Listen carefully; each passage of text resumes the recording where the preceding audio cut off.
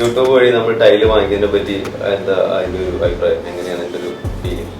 YouTube വഴി നമുക്ക് ടൈലൊക്കെ select ചെയ്യുമ്പോൾ ഇൻഫർമേഷൻ കളക്ട് ചെയ്തുകൊണ്ട് പ്രത്യേകിച്ച് ഒരു കുഴപ്പമില്ല. കാരണം നമുക്ക് ഇത്രയും വിവരങ്ങൾ നമുക്ക് കറക്റ്റായിട്ട് ഇപ്പോൾ കടക്കാരൻ പറയുന്നതോ അല്ലെങ്കിൽ നമ്മുടെ ടൈൽ പണിക്കാരൻ പറയുന്നതോ എഞ്ചിനീയർ പറയുന്നതോ കോൺട്രാക്ടർ പറയുന്നതോ അല്ലെങ്കിൽ ആർക്കിടെക്ട്സ് പറയുന്ന മറ്റേ ഇൻഫർമേഷൻസ് വരെ നമുക്ക് അവൈലബിൾ ആയിട്ടുള്ളൂ. ഇപ്പോൾ നമുക്ക് യൂട്യൂബിൽ കൂടെ ഒത്തിരി ഡീറ്റെയിൽസ് നമുക്ക് അറിയാൻ പറ്റും.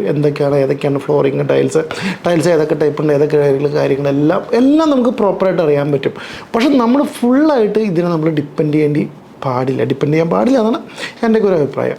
കാരണം എന്ന് വെച്ച് കഴിഞ്ഞാൽ എല്ലാം ഒരു പരിധി വരെ നല്ലതാണ്, ഒരു പരിധി വിട്ടാൽ ഇതെല്ലാം മോശം. നമുക്കറിയാം ചില ആളുകൾ ഒത്തിരി ആളുകൾ പെയ്ഡ് ചെയ്യാത്ത ആൾക്കാരുണ്ട്.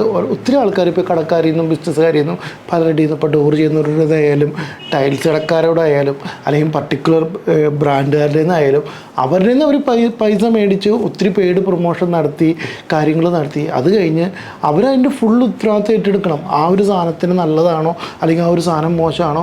ഇപ്പോൾ ഒരിടയ്ക്കൊരു യൂട്യൂബർ ഉണ്ടോ ഇന്ന ബ്രാൻഡ് മാത്രം മേടിക്കാൻ പാടുള്ളൂ.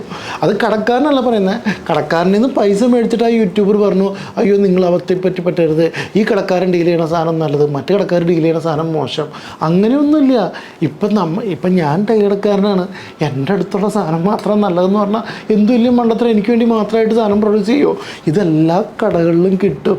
നിങ്ങളാണ് ഇപ്പോൾ ഇത് വെച്ച് കഴിഞ്ഞാൽ ഇപ്പോൾ എല്ലാത്തിൻ്റെ ഒത്തിരി ഇൻഫർമേഷൻ എല്ലാത്തിൻ്റെ സ്പെസിഫിക്കേഷൻ ചോദിച്ച് അതിൻ്റെ എന്തോരം വാട്ടർ അബ്സോർപ്ഷൻ ഉണ്ടെന്ന് ചോദിച്ച് അതിൻ്റെ പോളിഷിങ് എങ്ങനെയാണെന്ന് ചോദിച്ച് അതിൻ്റെ ഫയറിങ് എങ്ങനെയാണെന്ന് ചോദിച്ച് പ്രോപ്പറായിട്ട് സാധനം എടുക്കുക. അല്ലാണ്ട് ഒത്തിരി പെയ്ഡ് അടിച്ചിട്ട് ഇപ്പോൾ ഈ മാസം ഒരു കടക്കാരൻ പൈസ തന്നു, അവനെ അത്യാവശ്യം പ്രൊമോട്ട് ചെയ്തു, അടുത്തൊരു 3 മാസം കൂടുമ്പോൾ അടുത്ത സാധനം ചെയ്തു.